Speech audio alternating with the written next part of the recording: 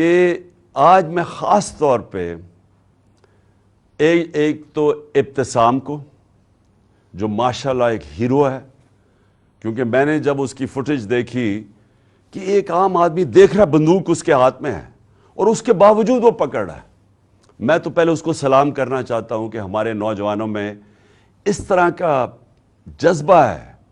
یعنی ایسے ہمارے نوجوان ہیں جو کہ اپنی جان خطرے میں ڈال کے اور وہ بچانے کی کوشش کر رہے تھے. اور مجھے تو میں تو اس کو اب میں کیا کہوں کہ شکر ہے، میں تو اس کی والدہ کا بھی شکریہ ادا کیا کہ آپ نے ایسے اپنے بیٹے کو تربیت کی ہے.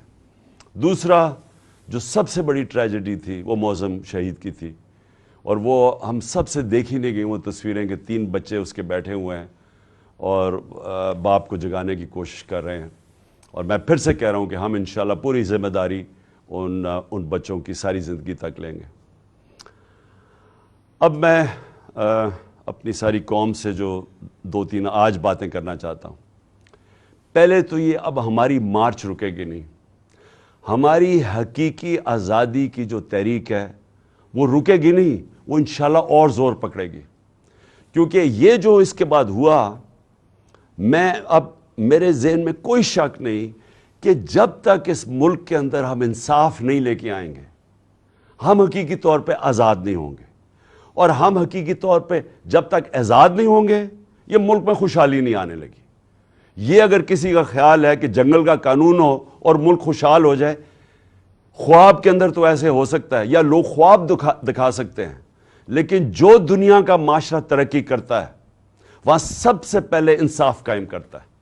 میرے نبی صلی اللہ علیہ وسلم نے مدینہ میں سب سے پہلے عدل اور انصاف قائم کیا، پھر اس کے بعد خوشحالی آئی.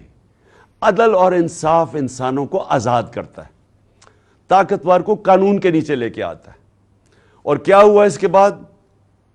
جو مجھے پتہ ہے، یہ میجر جنرل فیصل اس کے پیچھے تھا. مجھے پتہ ہے کہ جب سے میجر جنرل فیصل آیا اور ساتھ اس کے فہیم آیا ہے، انہوں نے تب سے ہمیں اس طرح دہشت گردوں کی طرح انہوں نے ہمارے اوپر ظلم کیا. یہ ہمیں پتہ ہے ان کی بیک گراؤنڈ کیا ہے. بلوچستان میں انہوں نے دہشت گردوں کو کہتے تھے جی بڑا یہ تکڑے ہیں. اللہ معافی دے کہ اگر یہ اس طرح کے لوگ ہیں، دہشت گردی کم نہیں ہوگی، ان کے حرکتوں سے دہشت گردی بڑھے گی. جو ہمارے سے انہوں نے کیا ہے، جو صحافیوں سے کیا ہے، جو ارشد شریف سے انہوں نے کیا ہے. ارشد شریف کی مجھے پتہ ہے، ارشد شریف جب مجھے کہہ رہا تھا کون اس کو دھمکیاں دے رہا تھا، جو ملک سے باہر گیا ہے. اور ارشد شریف میں بعد میں بات کروں گا. اس سے پہلے اعظم سواتی سے جو انہوں نے کیا، یہ جب سے یہ آیا ہے میجر جنرل فیصل، تب سے صحافیوں کو، سوشل میڈیا کو، ٹی وی چینلز کو دھمکیاں کہ جی عمران خان کی پروجیکشن نہیں کرنی. اور تب سے انہوں نے فیصلہ کیا کہ یہ اب ہمیں جس طرح دہشت گردوں کو خوف دلاتے ہیں، دہشت دلاتے ہیں، وہ انہوں نے ہمارے ساتھ کیا. یہ جو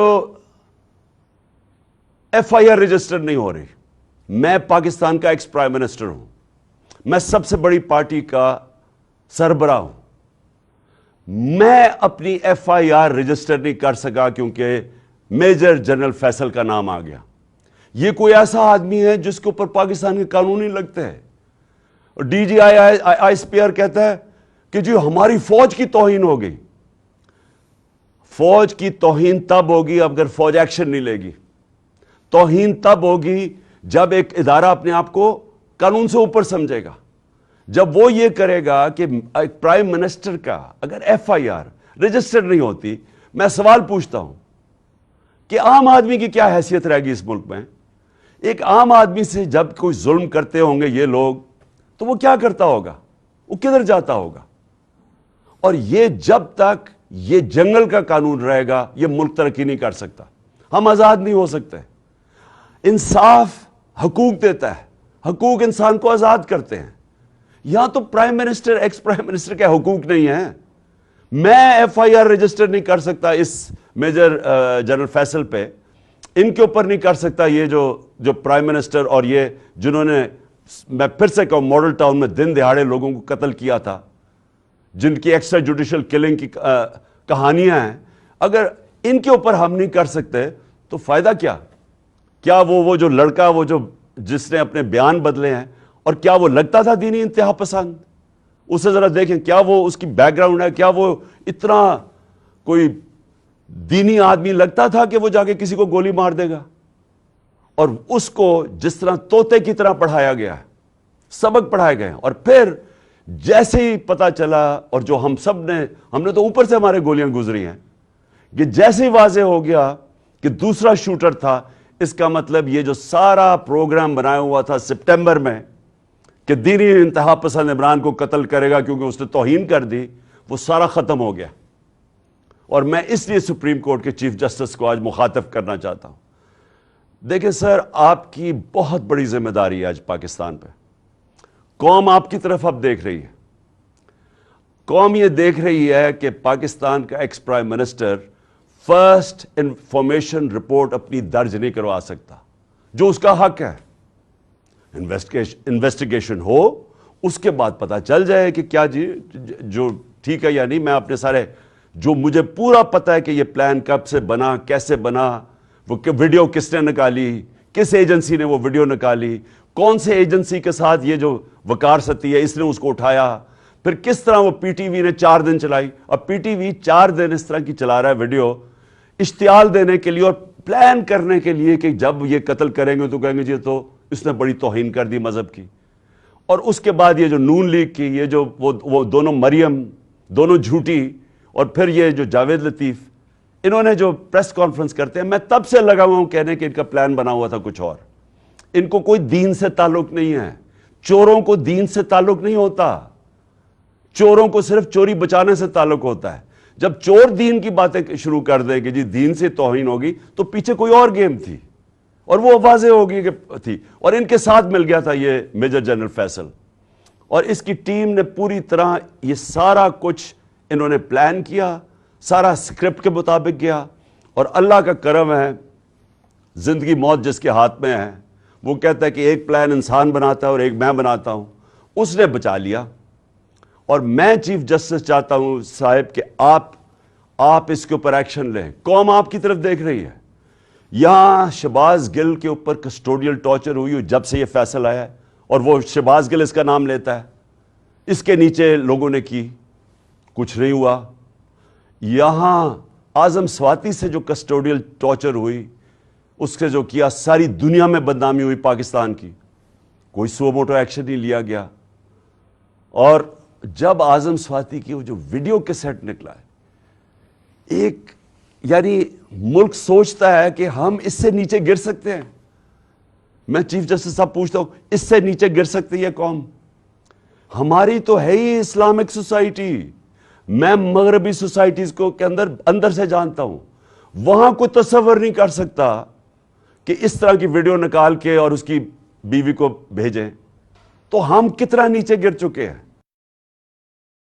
کب آپ اس ملک کا انصاف کا نظام ہمیں پروٹیکشن دے گا، ہماری حفاظت کرے گا؟ کب وہ وقت آئے گا؟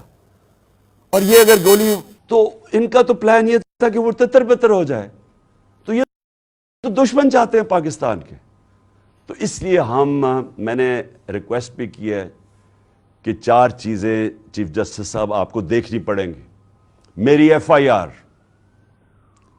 اور اب واضح ہو گیا کہ 2 شوٹر ہیں کیونکہ وہ فرینزکس میں نکلا ہے، تو اس کا مطلب کہ جو انہوں نے کہا تھا ایک ہی آدمی نے اور دینی انتہا پسند، وہ ختم ہو گئی بات۔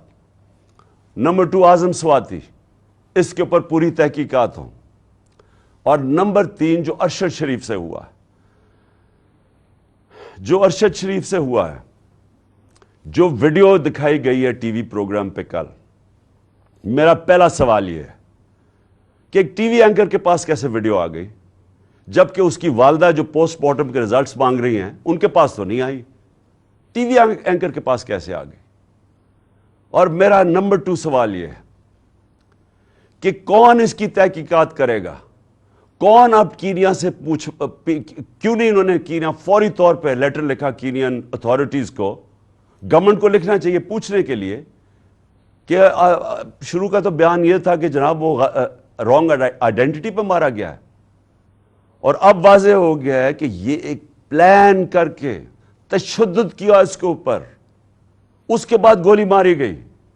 تو جب تشدد کیا وہ کون تھا جس کو سب سے زیادہ تکلیف تھی ارشد شریف کی رائٹنگ سے؟ حقیقات اس کی جب تشدد کیا وہ کون تھا جس کو سب سے زیادہ تکلیف تھی ارشد شریف کی رائٹنگ سے؟ حقیقات اس کی جو انویسٹیگیٹو جرنلسٹ کون تھا جس کو خطرہ تھا اس سے؟ کون تھا جس کو اتنا غصہ تھا کہ پہلے اس کے اوپر تشدد کرو پھر اس کو قتل کرو؟ یہ چیف جسٹس صاحب یہ صرف سپریم کورٹ کر سکتا ہے. ہمیں کوئی اعتماد نہیں ہے اب. انویسٹیگیٹو ایجنسیز ان قاتلوں کے، ان چوروں کے، مجرموں کے ہاتھ میں ہیں. اور یہ جو آرمی آفیسر ہے اس کے اوپر کس کو اب اعتماد ہے؟ مجھے پتا انہوں نے کور اپ کیسے کیا. مجھے پتا ہے کہ آتے ساتھ ہی پنجاب پولیس کو کس نے کنٹرول کر لیا. گورنمنٹ ہماری ہے، ہم ہیں پنجاب کے اندر، ہماری حکومت ہے. وہ پولیس کہیں اور سے کنٹرول ہو رہی ہے. اور اب پولیس سے میں ایف آئی آر نہیں رکوا سکتا. اور پھر کون سے کس نے جا کے اس کی ٹیپ ریلیز کی؟ یہ کون سی دنیا میں ہوتا ہے؟ ہم سر بنانا ریپبلک بننے جا رہے ہیں. بنانا ریپبلک کے اندر ادھر کوئی انصاف نہیں ہوتا، اس لیے وہ بنانا ریپبلک ہے. وہاں جنگل کا قانون ہوتا ہے اور یہ جنگل کا قانون بننے جا رہا ہے. اور اس وقت یہ ملک کو بچانا ہے آپ نے. دیکھیں ملک اس وقت اداروں کے اندر، قوم جو ہے وہ اداروں کے اندر اعتماد کھو بیٹھی ہے. اس کو بحال کرنے کی ضرورت ہے. ملک اداروں کے بغیر نہیں چلتا. ادارے ملک کو چلاتے ہیں. مغرب میں اور ہمارے میں اور ڈیولپڈ ملک اور غریب ملکوں میں فرق ہی یہ ہے کہ ان کے ادارے مضبوط ہیں. کوئی قانون سے اوپر نہیں ہے. یہاں مذاق بنا ہوا ہے کہ جی ایک آپ نے آفیسر کے اوپر ہاتھ رکھ جی ڈی جی آئی ساری فوج کو بدنام کر دیا. یعنی یہ اگر سوچ آ جائے جس معاشرے میں، مجھے بتائیں اس سے زیادہ تو دشمن اداروں کا اور ملک کا ہو ہی نہیں سکتا کہ جی ہمارے ادارے کا نام ہی نہ لیں. میں کہہ رہا ہوں کہ یہ پیچھے تھا فیصل. مجھے پتا اس نے سارا کروایا ہے. مجھے پتا اس نے ماسٹر مائنڈ کیا سب کچھ. کیونکہ میں 3.5 سال پرائم منسٹر تھا. میرے نیچے تھی ایجنسیز. مجھے پتا ہے کیسے چلتی ہیں ایجنسیز. مجھے اندر سے انفارمیشن آ رہی تھی. اور میں اگر پرائم منسٹر، ملک کا ex prime minister F I R register نہیں کر سکتا، اور اگر یہ کہنا کہ جی عمران اپنا سیاست چمکانے کے لیے کر رہا ہے، مجھے سیاست چمکانے کے لیے یہ کرنے کی ضرورت نہیں ہے. اس وقت سارے پاکستان کے اندر کہیں چلے جائیں، ایک اگر پارٹی کبھی بھی اتنی مقبول ہوئی ہے پاکستان کی تاریخ میں وہ آج یہ پارٹی ہے. اور وہ یہ نہیں کہ میں نے کوئی بڑے کارنامے دیے ہیں، وہ ان چوروں کو دیکھ کے قوم ہماری طرف آ گئی ہے. اور اسی لیے ہمیں ضرورت نہیں پڑی کہ کسی کے اوپر الزام لگائیں تاکہ میری سیاست اوپر چلی جائے. یہ ملک کا مسئلہ ہے. اور چیف جسٹس صاحب یہ ملک کی فیوچر کا مسئلہ ہے. اور یہ فیوچر آپ کے ہاتھ میں ہے. اس ملک کی عدلیہ کے اوپر ساری قوم دیکھ رہی ہے. اس وقت لگتا یہ ہے کہ بس یہ جو چاہے گا، یہ فیصل جیسے لوگ جو چاہے گا ان کے سامنے کوئی کھڑا ہی نہیں ہوتا. اور یہ ملک سے دشمنی ہو رہی ہے. ملک تب تکڑے ہوتے ہیں، میں پھر سے آپ کو کہوں، جدھر قانون کی حکمرانی ہوتی ہے. اور میں آخر میں خاص طور پہ پاکستان کی وکلا کمیونٹی کا خاص طور پہ شکریہ ادا کرتا ہوں کہ جس طرح وہ کھڑے ہوئے ہیں. اور مجھے خوشی یہ ہے کہ وکلا یہ سمجھ گئے ہیں کہ اب ان کی ذمہ داری ہے رول آف لا، قانون کی حکمرانی قائم کرنا پاکستان کی وکلا کمیونٹی کی ذمہ داری ہے. اور یہ ایک ڈیفائننگ مومنٹ ہے پاکستان میں. ہر وہ آدمی جو اس ملک میں رول آف لا چاہتا ہے، اور رول آف لا کے بعد ہی حقیقی جمہوریت آتی ہے، اور حقیقی جمہوریت ہی حقیقی آزادی ہوتی ہے. یہ سب اکٹھے چلتے ہیں. اس وقت کچھ بھی نہیں ہے یہاں. تو میں وکلا کے اوپر بھی آج ان کا شکریہ ادا کرنے کے بعد میں امید لگاتا ہوں کہ آپ اپنا رول پلے کریں گے. اور میں اپنے سارے جو آج لوگ آئے ہیں اور جو آج جدھر سے ہماری مارچ شروع ہو رہی ہے، میں آج سب کو پیغام دینا چاہتا ہوں کہ دیکھیں یہ عمران خان کے لیے نہیں ہو رہا سب کچھ، یہ آپ سب کے لیے ہو رہا ہے. یہ اس ملک کے مستقبل کی جنگ ہے. یہ اس قوم نے جیتنی ہے. آزادی قومیں اپنی آزادی کی جنگ جیتتی ہیں. عمران خان تو میں تو کوشش ہی کر سکتا ہوں، لیکن آپ سب نے اس میں شرکت کرنی ہے. کیونکہ مستقبل آپ کا ہے اور آپ کے بچوں کا ہے. اور جب تک کہ ایک قوم اپنی آزادی چھینتی نہیں ہے, آزادی کوئی پلیٹ میں نہیں دیتا, تو اس کے لیے جدوجہد کی ضرورت ہے. میں تیار ہوں, جب تک میں زندہ ہوں میں اس کی پوری جدوجہد کروں گا. جب تک میں زندہ ہوں میں کبھی پیچھے نہیں ہٹوں گا. اور میں انشاءاللہ پنڈی پہنچوں گا, اور جب یہ قافلہ انشاءاللہ پنڈی پہنچے گا میں ان کو وہاں ریسیو کروں گا, اور میں سارے پاکستان سے اپنے لوگوں کو انوائٹ کروں گا, سب کو کہوں گا آئیں, کیونکہ یہ اس وقت جو اس ملک کی حقیقی آزادی میں شرکت نہیں کرتا, وہ یاد رکھیں کہ وہ اللہ نے ہمارے دین کے اندر یہ ہمیں حکم دیا ہے کہ ظلم اور نا انصافی کے آپ مقابلہ کرو, جس کو کہتے ہیں جہاد. یہ اللہ کا ہوتا ہے. آزادی کے لیے کھڑے ہونا یہ اللہ کا حکم ہے ہمیں. اور امر بالمعروف کہ آپ اچھائی کے ساتھ کھڑے ہوں. یہ جو چور سارے اکٹھے ہو گئے اور اوپر بیٹھ گئے ہیں,